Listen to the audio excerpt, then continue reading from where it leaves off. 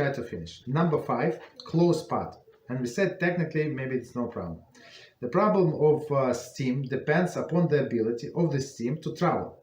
Therefore, if a pot is covered so that the steam cannot escape, this problem of the steam is no longer is of no concern to food outside the pot. Okay, so meaning even though like there is steam inside of the pot for sure, and when you open the lid, it's a lot of condensed water, right?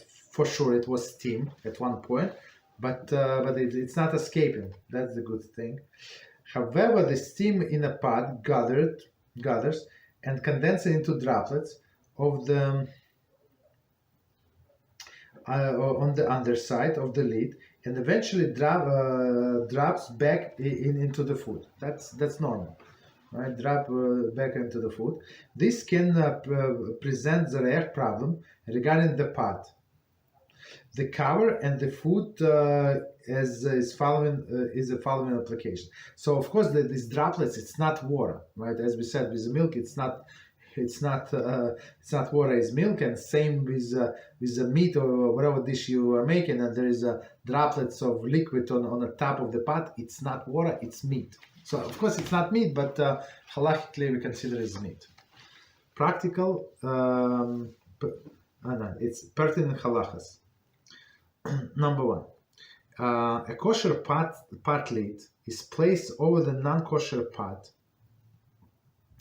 that is boiling over the fire. The pot lid may become treif and require kashing. I'm not sure why he say may. I would say for sure it's going to come. He said a boiling. Okay, so you have a non-kosher pot, right? With non-kosher pot, non-kosher food, non-kosher everything, right? And you put on top kosher lid, so for sure that this kosher lid needs to be covered, kosher. Right? I would say the same, like more practical would be you have a dairy lid and you put on a meat pot. Maybe like that would be like very practical. But today try to do everything like different colors, as we said before, like.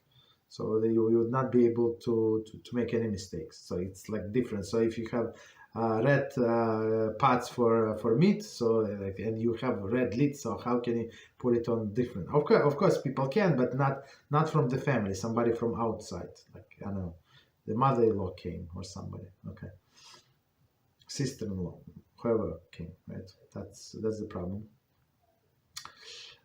So next one, next situation. A non-kosher pot lid placed over the cooking kosher foods may similarly render that food treif. The steam of non-kosher food rises to the pot lid, absorbs the taste, and upon condensation drops into the food, imbuing with the non-kosher taste. I'm not sure how is it practical, but let's read one more time, and I'm going to explain what I mean. The non-kosher pot lid. So I would say it was clean, right? If it was clean, it was non-binyam, like more than 24 hours. That's a different story. So okay, so non-kosher pot lid placed over the cooking kosher foods may similarly render the food treif. Okay, may. The steam of non-kosher food rises. The steam of kosher food, that's my issue. I misread the word. The steam of kosher food rises to the pot lid, absorb its taste, if there is a taste. So if it's more than 24 hours, we're going to see most likely if we would do it leniently. Taste, and upon condensation drops into the food, imbuing it with a non-kosher taste. You see, today when we wash our pots, and even people non-Jews will wash the dishes, they do it with a dishwasher, right? The dishwasher usually has a terrible taste, and it kills all the grease, all of the taste is killed. and plus 24 hours period, it actually helps. So in most, the way I understand, in most situations, the rabbi would rule that there is no problem. So if it's if you cover like this meat pot with daily cover, the food is permitted by the lid must be covered for kosher for sure. If you won't continue to use it for